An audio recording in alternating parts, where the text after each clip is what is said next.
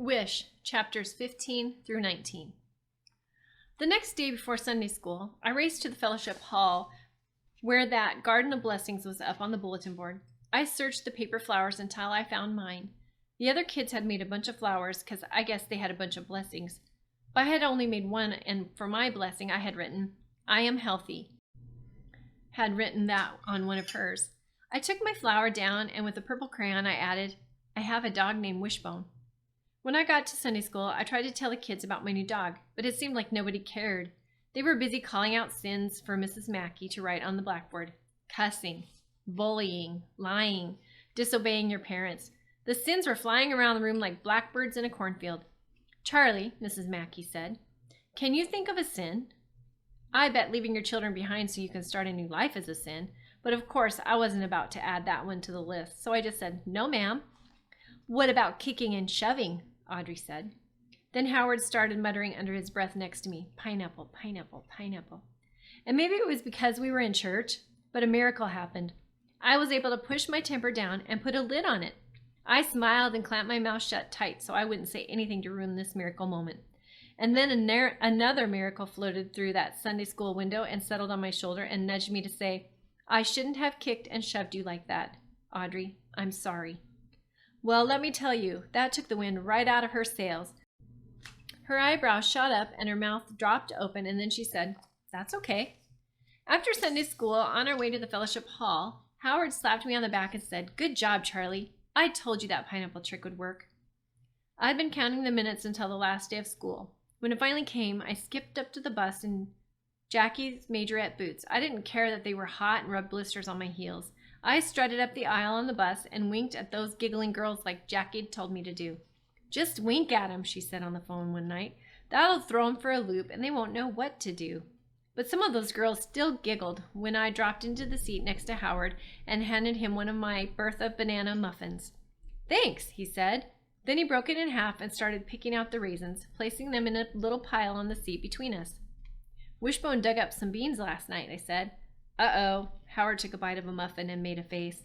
Then he fished a raisin out of his mouth and added it to the pile on the seat.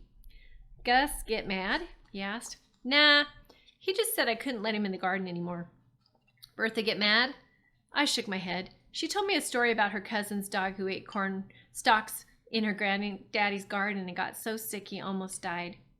As the bus made its way down the mountain, I thought about my old school back in Raleigh. It felt like I'd been in Colby forever, and I hadn't heard from a single one of my so-called friends back home, except Carlene Morgan. She had sent me a postcard with a picture of the Capitol building where my class had gone on a field trip. "You are lucky you didn't have to go," she had written. "It was boring."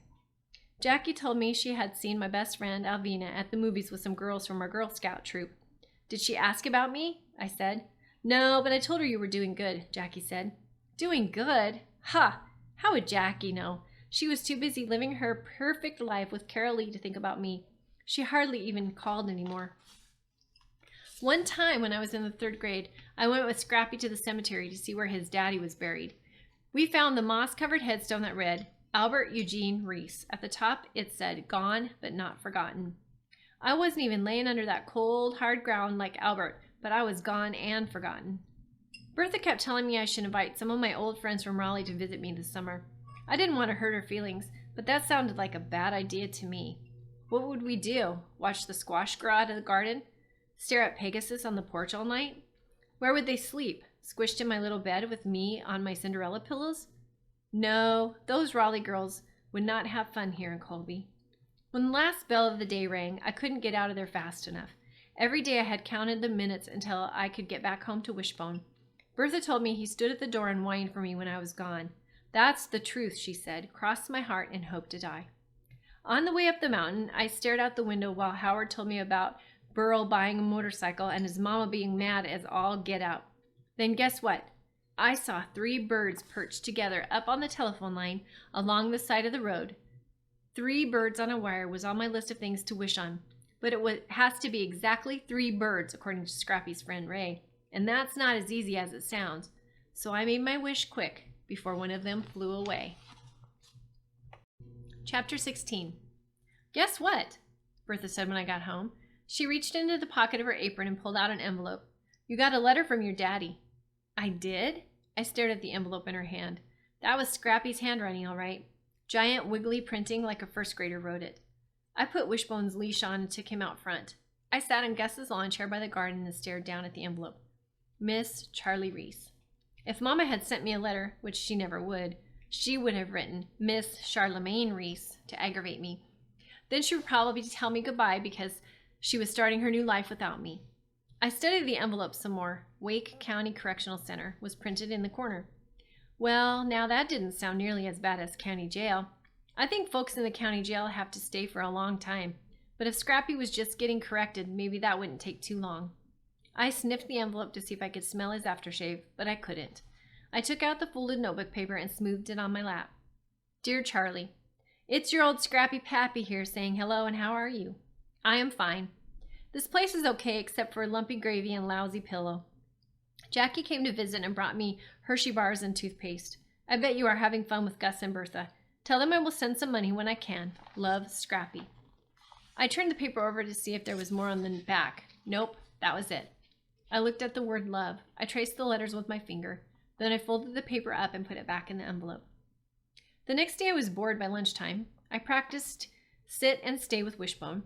I'd help Bertha inspect the okra to figure out how many jars we needed for pickling. I'd look for 4-leaf clovers over by the back porch, but I didn't find one.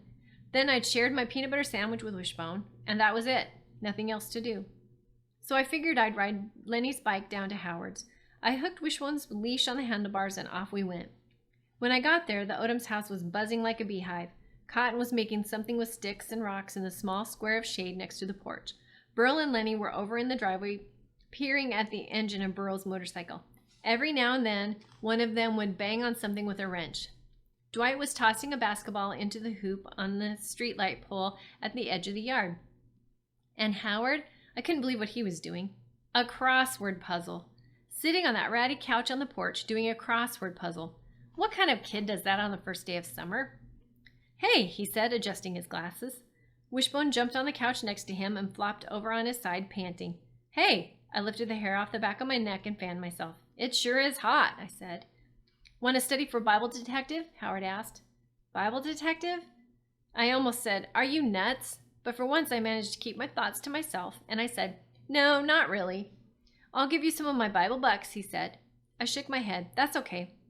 Then what do you want to do? I shrugged. I got a letter from Scrappy, I said. Howard sat up straight. You did? He put the crossword puzzle on the couch beside us. From jail? It's not jail, I said. It's a correctional facility. Same thing, Howard said. It is not. I'm pretty sure it is. It is not, I said so loud Wishbone's head shot up and he looked at me like I was crazy. Pineapple, pineapple, pineapple. I did not want to get mad at Howard on the first day of summer. I must admit that even though me and Howard hadn't known each other very long, he could read me like a book. I could tell he knew I was wrestling with that temper of mine again, because he changed the subject and just said, well, that's good that you got a letter. He scratched Wishbone behind the ear. What'd he say? I wanted to tell Howard that Scrappy said how much he misses me and he can't wait to come home and watch Wheel of Fortune with me again.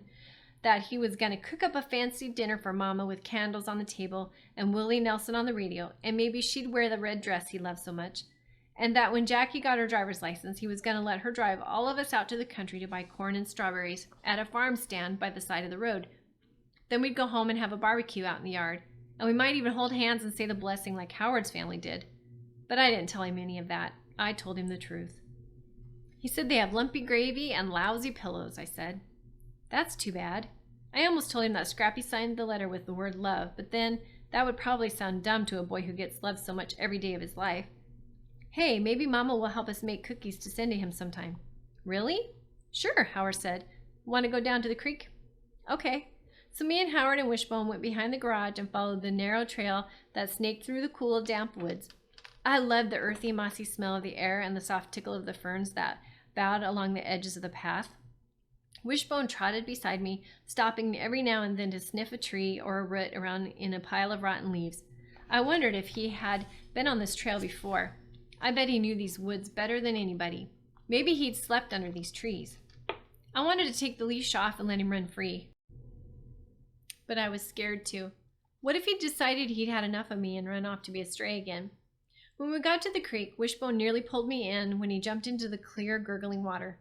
Howard and I took off our shoes and stepped from rock to rock while Wishbone leaped and pranced, sending up splashes of cold mountain water. "This feels good," I said. "I know." Howard teetered on a slippery rock, and I was sure he was going to fall in any minute, but he didn't.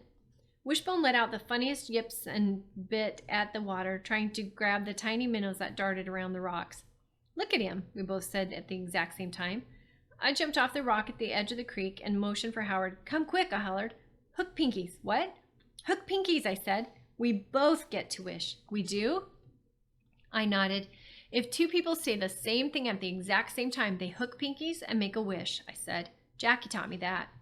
So Howard jumped to the edge of the creek and we hooked Pinkies. I closed my eyes and made my wish. "Did you make a wish?" I asked. "No." "Why not?"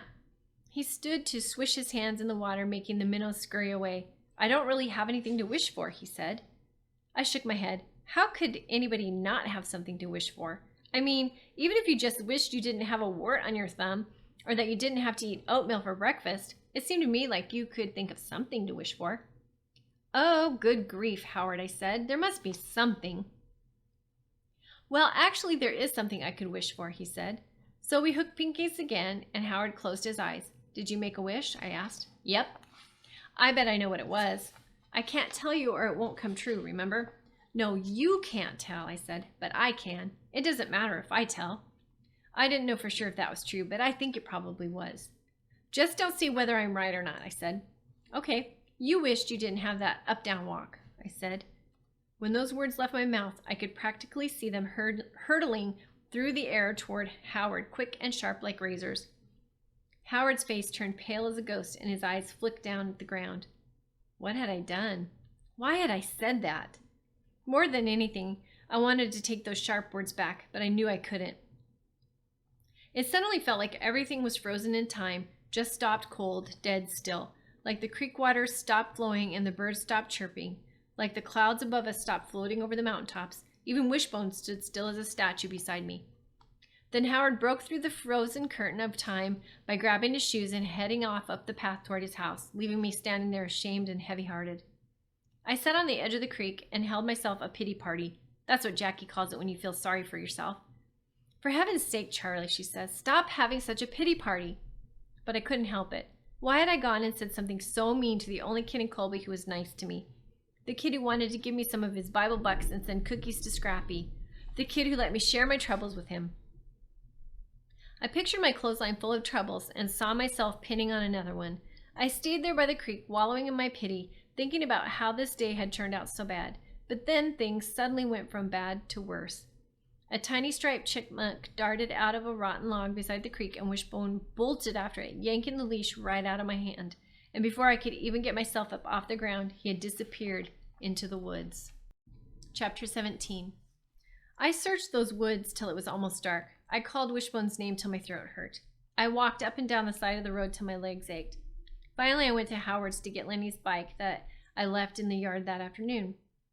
I could hear the Odoms inside eating supper, everybody laughing and saying, "Pass the butter" and stuff.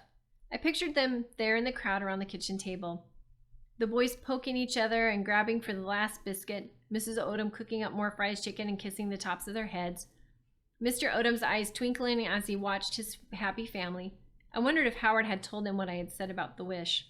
And if he did, what did all those good-hearted Odoms think of me now? When I got home, I went straight back to my room and held the biggest pity party of my life. I laid on Wishbone's pillow on the floor beside the bed, breathing in his doggy smell, and I cried until I fell asleep.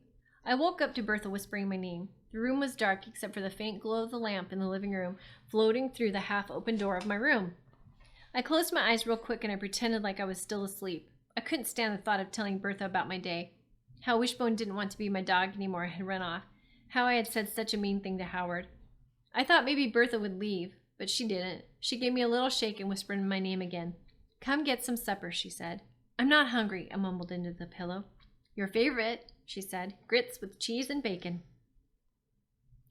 I shook my head. I felt like a pouty baby. I even had the urge to suck my thumb.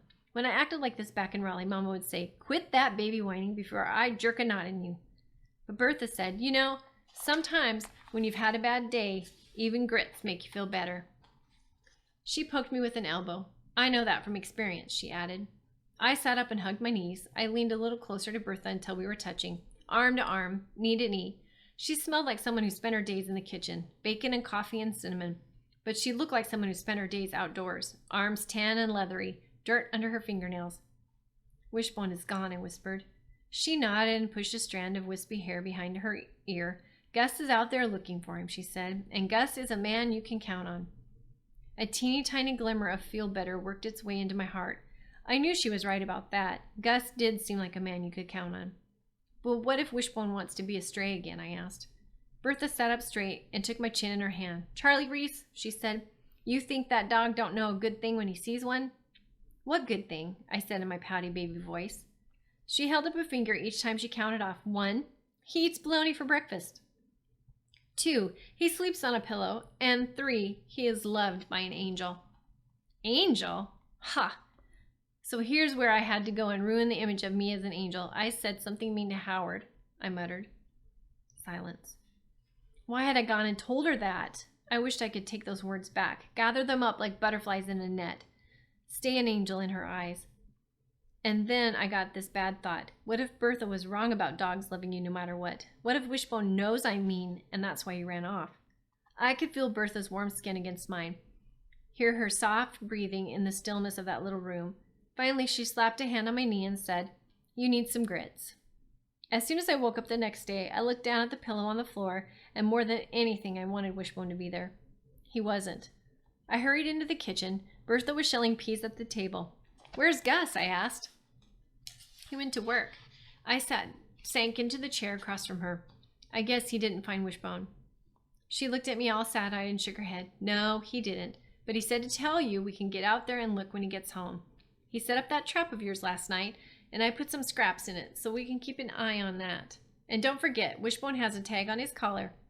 I'm sure somebody will call us when they find him. She pushed a box of cereal toward me. Eat some breakfast. But how could I eat with a stomach all balled up like this? And there was my other problem, Howard. What was I going to do about Howard? Guilt was gnawing at my insides as I watched Bertha shelling those peas. Every now and then she glanced up at me, and when she did, I had to look away real quick.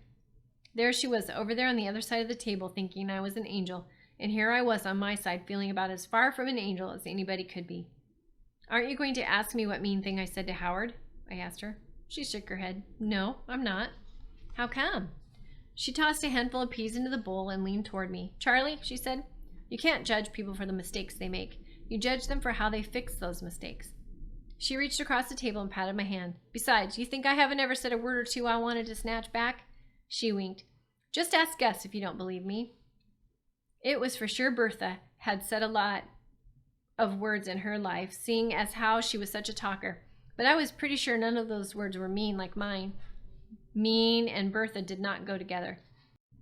Now, why don't you get dressed and we'll figure out what to do about Wishbone, she said. But before I could even think about how to start this sorry day, someone knocked on the front screen door, and imagine my surprise when I saw who it was. Howard. I stood there barefoot in my pajamas with my hair a big rat's nest and searched for something to say. But then Bertha jumped right in and said, Well, looky here, who showed up on our doorstep, Charlie? She held the door open. Howard Odom in need of some cinnamon toast, I bet, she said, or cereal, or eggs, or grits. You need some grits, Howard? He stepped inside and shook his head. No, ma'am. Then he turned to me and said, Want to pick wild strawberries? He held up an empty milk carton with the top cut off. I know where there's tons. I pushed hair out of my eyes. Y'all go on and pick strawberries, Bertha said. I'll keep an eye on things here. She nodded in the direction of the trap at the edge of the yard. And then I collapsed into a puddle of sorrow on the couch and told Howard about Wishbone running off. When I finished, all I wanted to do was flop down and cry. But Howard said, What are you sitting here for? Let's go find him.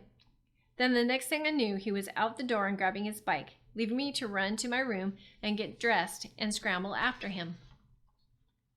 Chapter 18. Me and Howard rode our bikes up and down that mountain road all morning long. We tromped through woods, pushing our way around thick shrubs and stepping over pricker bushes.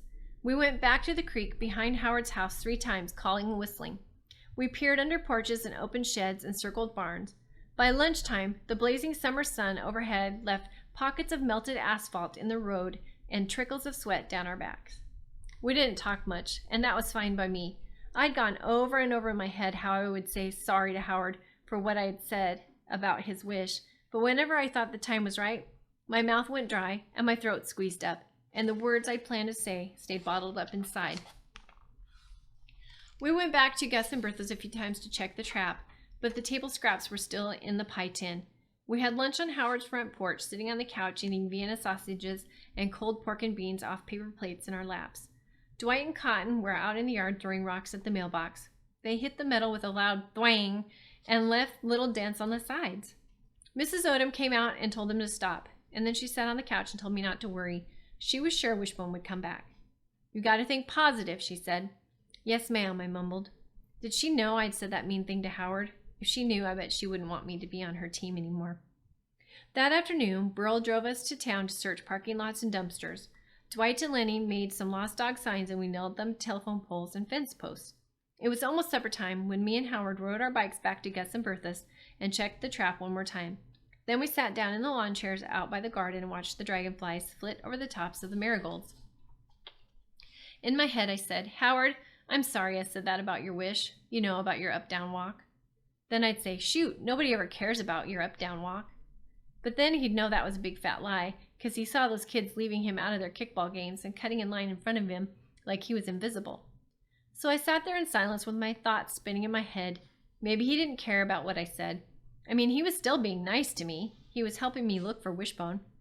"You sure do look forlorn," Howard said. I didn't know one other kid in the whole world who knew to use the word forlorn, but that was the perfect word to describe me. Forlorn. Just before supper, Jackie called and told me she went to see Scrappy in jail and he got a tattoo.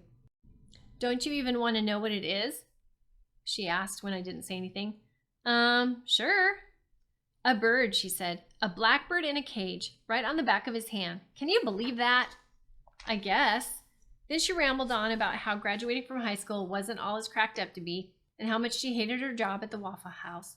"People leave the tables all nasty with syrup," she said, "and they plop their crying babies in a high chair and expect me to bring them blueberry waffles in like a minute." She told me that her boyfriend Arlo wrecked his car and turned out to be a loser. "And Carol Lee saw him at the mall with Darla Jacobs," she said. "So I told him, 'Adios, sucker.' And then—" "Aren't you going to ask me about Wishbone?" I said. "What?" I'd been telling her all about Wishbone when she called. How smart he is, how he'd learned to sit and stay, and how he'd slept beside my bed. "Wishbone," I said, "my dog. Aren't you even going to ask me about him?" "Oh, sure," she said. "How is Wishbone?" "Gone," I hollered. "He's gone." And then I spewed out the whole sorry story and told her how he'd run off and how I'd looked everywhere, but I figured he'd rather be a stray than live with me. I tried to stop, but I couldn't. I moved on to how he didn't want me the same way nobody else wanted me, and how I had hoped she was enjoying her perfect life while I was stuck up here in Colby with a bunch of squirrel-eating hillbillies. And then I hung up and sat on the floor with my back against the wall. I could see Bertha in the kitchen stirring something on the stove and pretending like she hadn't heard me. When the phone rang again, I just looked at it there in my hand. Bertha stopped stirring. Ring, ring, ring. "Hello?" I said in a trembly voice. "Charlie?" Jackie's voice floated through the telephone line, soft and sure, from Raleigh to Colby. I pictured the voice traveling from Carol Lee's fancy brick house along highways and over treetops, and then up the winding road and down the gravel driveway into this little house perched on the side of the mountain, and finally getting to me, sitting on the floor and needing to hear it. "I'm sorry about Wishbone," Jackie said. "I really am. I hope he comes back." I watched a fly dart from window screen to the lamp to the ceiling. "Charlie," Jackie said. "What?" "I know this whole situation has been hard on you." "Situation? Is that what this is, a situation?" "I think Mama's getting better," Jackie said. "I talked to her yesterday and she sounded better." What did that mean? That she got out of bed? That she got her feet on the ground? That she cared one little bit about me? That I'd go back to Raleigh and our broken family would suddenly disappear and in its place would be a real family, holding hands and saying the blessing? "Maybe I can come visit you soon," Jackie went on. "I'm going to get my driver's license in a couple weeks. Did I tell you that? And Carol Lee got a car for graduation. Can you believe that? If I get some time off from my godforsaken job, I could come to Colby. We could go to Asheville and hang out. They have vegan restaurants there. Did you know that? I'm thinking about becoming a vegan, and I bet she jabbered on about all the things we could do, but she left out the part about how she would go back to her perfect life and I would still be here without my dog and wishing I hadn't been mean to Howard. That night when Gus got home, the three of us drove around looking for Wishbone. We went down to the school and over to the diner. We drove through the trailer parks and up the alleys. While we drove, Bertha told us a story she'd read in the newspaper about a dog that fell out of the back of the van in North Carolina and managed to find its way back home to Indiana. Almost 400 miles, she said. The family had been on vacation over in Maggie Valley. I can't hardly believe that.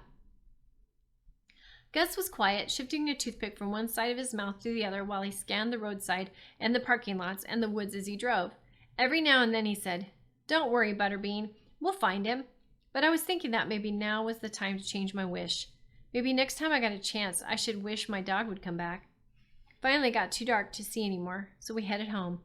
We turned into the driveway, and that old car bounced and squeaked over holes, the crunch of tires on gravel echoing in the still evening air. The headlights sent beams of light dancing through the mountain laurel and chokeberries beside the driveway.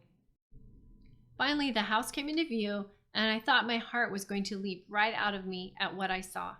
There was Wishbone, wagging his tail as he trotted toward us, dragging his leash on the ground behind him. Chapter 19. Wishbone had liverwurst and scrambled eggs for dinner every night for a week. He learned to roll over and turn in circles and flip a dog biscuit off his nose and catch it. And he didn't sleep on the floor beside my bed anymore. He slept right in the bed with me. I didn't mind his liverwurst breath one bit. I loved his soft, warm fur and feel of his heartbeat against my cheek when I hugged him. Every night after supper, when me and Gus and Bertha sat on the porch, Wishbone snored contentedly while I rubbed my bare feet over his warm back. Sometimes he'd jump up and let out a bark at the noise down in the woods. A raccoon or a possum or maybe even just the rustle of leaves in the wind. "That is one happy dog, Butterbean," Gus would say. Then Bertha would urge Gus to tell another story about his dog, Skeeter. "How about that time you fell in the river when y'all were fishing and your brother jumped in after him and flipped the boat over?" she said. Gus chuckled, but before he could say a word, Bertha said, "Oh, I know. Tell Charlie how your sister used to dress Skeeter up in her Girl Scout uniform." I took Wishbone to the Odoms almost every day. I still hadn't told Howard I was sorry for what I had said about his up-down walk, so there was always a big old elephant in the room for me. But Howard, he would never let on that anything had happened between us. Still, I felt mad at myself for not speaking up. I kept thinking about what Bertha had said about judging folks for how they fix their mistakes, and I knew I wasn't doing a very good job of fixing mine. Every time me and Wishbone showed up at the Odom's front door, one of them would say hey and wave us in, and I'd get caught up in the flurry of that family like a tornado spinning me off my feet. Me and Howard played Parcheesi at the kitchen table with a fan whirring in the doorway, while Wishbone scurried around searching for drops of crackers or spilled juice. Cotton would stick his face right up against the fan and let out a Tarzan yell, his voice coming out all quivery and making us laugh. Burl and Lenny would come back in and make tomato sandwiches, leaving greasy black fingerprints on everything they touched. It seemed like they were always working on some kind of engine. Car, motorcycle, lawnmower. Every once in a while, a swear word would drift through the screen door out into the yard, and Mrs. Odom would march out there and tell them to hush up that talking. Dwight went to baseball camp at the YMCA and came home covered in red dirt and sweat. Most days, he and Cotton ended up in some kind of wrestling match, throwing soft cushions at each other until Cotton ended up whining to Mrs. Odom. Some days it was so hot, me and Howard would lay on the porch with ice cubes on our foreheads and tell knock-knock jokes. One day, Mr. Odom put a tarp in the bed of his truck and filled it with water. We sat in there with our shorts and t-shirts on and ate frozen Kool-Aid in paper cups. "I wish we could go to a real swimming pool," Howard said. "When I go back to Raleigh," I said, "I'm going to take swimming lessons like I did last summer." "When are you going back to Raleigh?" I shrugged. "I don't know for sure. I'm just saying, when I do." "Maybe if you stay in Colby, Daddy will drive us over to the lake one day," Howard said. "We can take Wishbone. I bet he'd like to swim." "Maybe. Let's go down to the creek," Howard said. I sighed. He'd been trying to get me back down there to the creek behind the house for days, but I was nervous. "What if Wishbone runs off again?" I said. "Hold on to the leash real good," Howard said. "But really, Charlie, he don't want to run off. He just made a mistake last time." He tossed a saltine cracker on the floor for Wishbone. He came back, didn't he? So I finally said yes, and the three of us trudged down the path to the creek, with ferns tickling our legs and Wishbone sniffing at every little thing along the way. But when we got there, a bad, heavy feeling settled over me.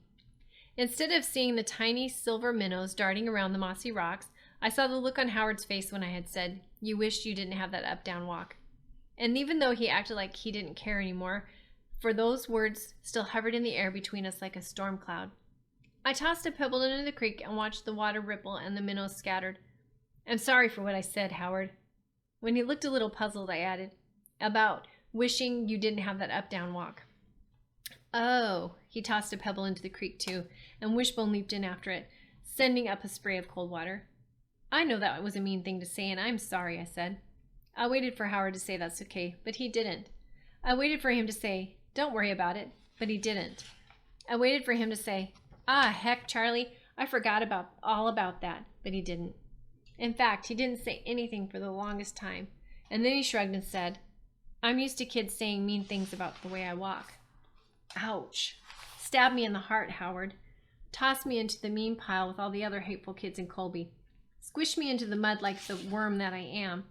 My eyes darted from tree to rock to creek to fern while I scrambled to figure out what to say next, and then I spied it. A black bird feather nestled in the leaves and pine needles beside the creek. "Look," I said, grabbing the feather and holding it up for Howard to see. He squinted at it, pushing his glasses further up on his freckled nose. "Something to wish on," I said.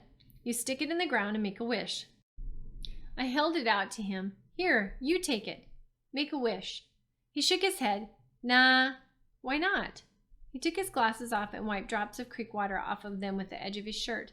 Then he put them back on and said, "'Cause I know my wish ain't never coming true." Well, now that surprised me coming from Howard, who always was Mr. Positive.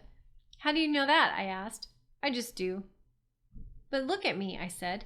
"I've made the same wish every day since 4th grade, and it hasn't come true yet." I stroked the top of Wishbone's wet head. "But if I make that wish enough times, I know it will someday." "Then I hope it does," Howard said. I held the feather out to him again. "You sure?" He nodded. So I stuck the feather into the soft dirt beside the creek, closed my eyes, and made a wish. On the way home that day, the feeling that had been weighing me down so much since I'd been mean to Howard felt a little bit lighter. I wasn't sure if I had fixed my mistake, but at least I had tried.